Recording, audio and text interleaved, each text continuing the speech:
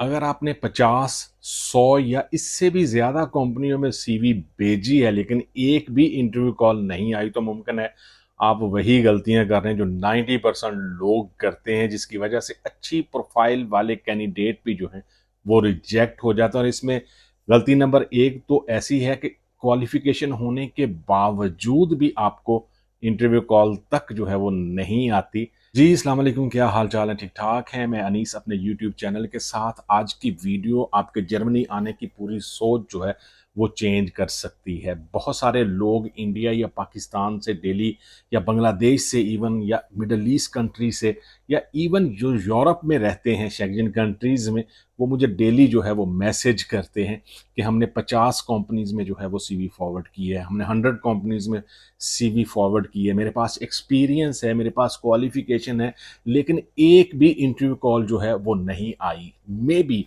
आप भी अनजाने में ऐसी 7 मिस्टेक्स जो हैं वो कर रहे हैं, जिसके बारे में हम इस वीडियो में जो है वो बात करेंगे, लेकिन वीडियो को एंड तक ज़रूर देखें। नंबर 7 पे जो मिस्टेक है वो है एक ही सीवी जो है वो हर जगह पे जो है वो हर कंपनी में आप फॉरवर्ड करते हैं। आपको सबसे पहले जो है वो जॉब डिस्क्रिप्शन जो है वो पढ़नी चाहिए कि कंपनी एक्चुअली रिक्वायर्ड क्या कर रही है। अगर आप ऐसे ही जो है वो सीवी अपनी फॉरवर्ड करते रहेंगे तो कंपनी ये समझती है कि आप एक्चुअली जॉब के लिए इंटरेस्टेड नहीं है। आपने ऐसे ही जो है वो किसी जगह से कंपनी का ईमेल एड्रेस या वेबसाइट देख के तो आपने वहाँ पे अप्लाई कर दिया है। कोशिश करें कि सबसे पहले जॉब डिस्क्रिप्शन जो है वो पढ़ें और उसके मुताबिक जो छोटी-छोटी चेंजिंग होती हैं, बहुत ज़्यादा आपको चेंजिंग करने की ज़रूरत नहीं है। छोटी-छोटी चेंजिंग आप क्यों ये जॉब जो है वो करना चाहते हैं, क्यों ये कंपनी जो है वो आपको हायर करे, इसके लिए आपको अपनी सीवी में चेंजिंग करनी होती है। ये नहीं है कि आपने एक सीवी जो है वो बना ली है, किसी से बनाई है या खुद से बनाई है, ये एक अलग मैटर है। लेकिन उसी सीवी को जो है वो आप 2 माह तक, 4 माह तक तकरीबन 100,000 कंपनीज़ में जो है वो फॉरवर्ड करते हैं। नंबर 6 पे जो मिस्टेक है, आप लोग सिर्फ़ जो है वो सीवी फॉरवर्ड करते हैं। कवर लेटर जो है वो नहीं बनाते या कंपनी को सेंड नहीं करते। कंपनी यहाँ पे जर्मनी की अगर मैं बात करूँ तो कम जहाँ पे जर्मन कंपनियाँ जो हैं, वो सीवी की बजाय कवर लेटर को पढ़ना ज़्यादा पसंद करती हैं कि आप कंपनी के लिए क्यों जो है वो एक मुनासिब कैंडिडेट हैं, आपको क्यों जो है वो कंपनी जॉब ऑफ़र करे। बहुत ज़्यादा जो है वो आपको एहतियात से आपका कवर लेटर जो है वो अच्छा बनाना होगा, ताकि कंपनी ये फ़ील करे कि आप कुछ करना चाहते हैं कंपनी के लिए और आप एक सूटेबल कैंडिडेट हैं कंपनी के लिए। अगर आपको ये जॉब ऑफ़र की जाए, तो आप कंपनी के फ्यूचर के लिए, अपने फ्यूचर के लिए बेटर हो सकते हैं। कवर लेटर हमेशा जो है वो उसमें अपने इंटरेस्ट लिखें, बहुत ज़्यादा लंबा कवर लेटर मत लिखें।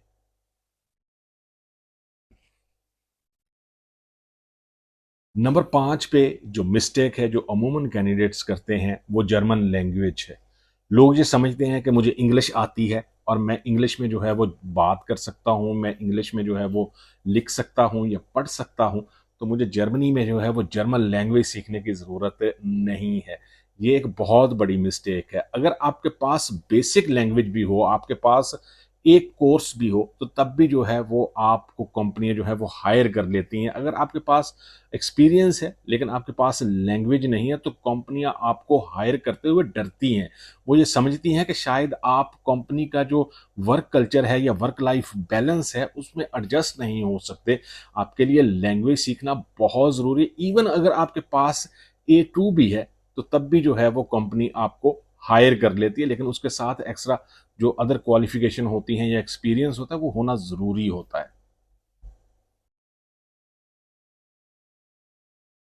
नंबर 4 पे जो मिस्टेक है वो गलत वेबसाइट इस्तेमाल करना है। बहुत सारे लोग जो हैं वो फ़ेसबुक से जॉब तलाश करते हैं या व्हाट्सएप ग्रुप्स जो होते हैं वहाँ पे अप्लाई करते हैं। आपको कंपनी की ऑफ़िशियल वेबसाइट पे जाके उनकी कैरियर या पोर्टल पे जाके आपको चेक करना चाहिए कि एक्चुअली वहाँ पे कौन-कौन सी जॉब्स अवेलेबल हैं।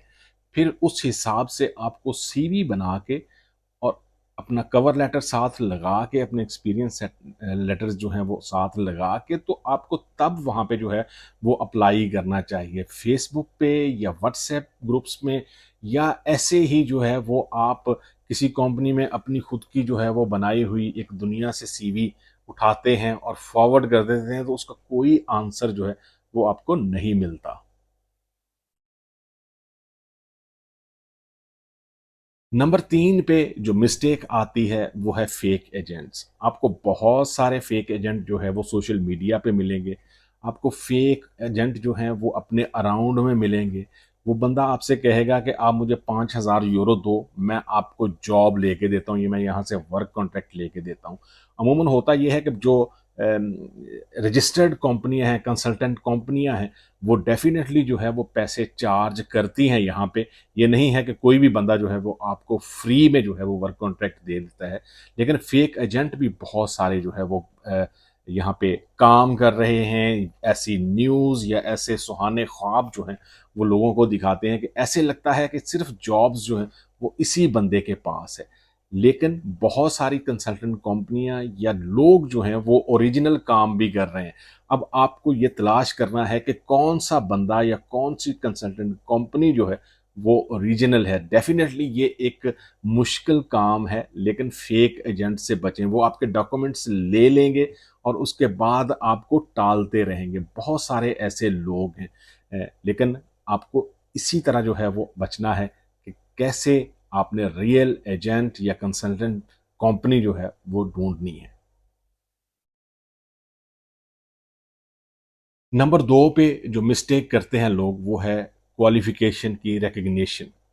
आपके पास डिग्री है या सर्टिफिकेट है या डिप्लोमा है, आपको ज़रूर रिकग्नाइज जो है वो करवाना चाहिए। ये आपके लिए जॉब लेने में और यहाँ जर्मनी में आने के बाद भी बहुत ज़्यादा जो है वो हेल्पफुल हो सकता है। लोग बहुत ज़्यादा जल्दी में होते हैं। वो समझते हैं कि आज हमने जो है वो ये सोचा है कि हमने जर्मनी जाना है, तो कल को जो है वो जर्मनी चले जाएँ।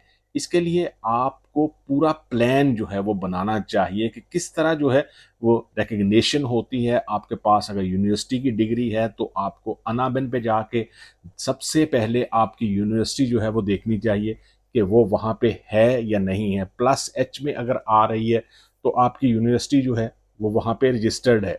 उसके बाद आपने अपनी जो भी डिग्री है या जो भी आपने फील्ड प्रोफेशन में जो है वो डिग्री की है, वो चेक करनी है कि वो यहाँ वहाँ पे रिकग्नाइज है या नहीं।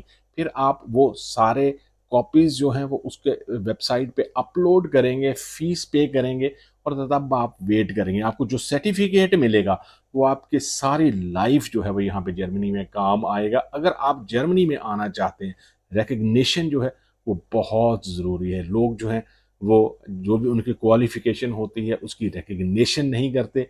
इस वजह से जो है वो उनको इंटरव्यू की कॉल तक जो है वो नहीं आती।